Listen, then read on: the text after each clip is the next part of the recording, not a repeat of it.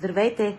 Днес искам да ви дам една идея как да си изготвите етикетирането на храни, които се предлагат в насипно състояние и не са предварително опаковани.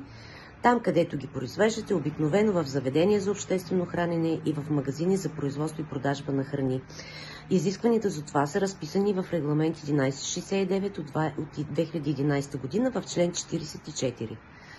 Какво трябва да направите вие?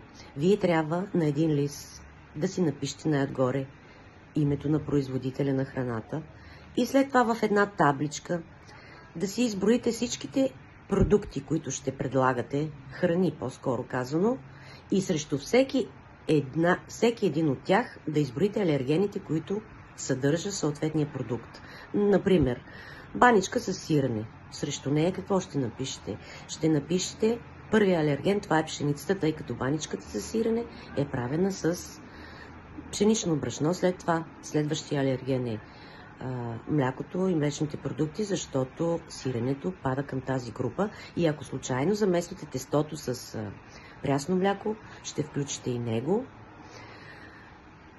Така по този начин, изброени всички алергени и всички продукти, които се съдържат, всички продукти и всички алергени, които се съдържат в тях, изготвеното листче може да сложите на демонстрационната витрина, където предлагате закуските или някакви други видове храни, супи, кебабчета, каквото и да е.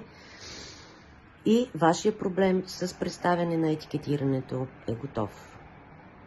Желая ви приятен и ползотворен ден и дано да съм ви била полезна.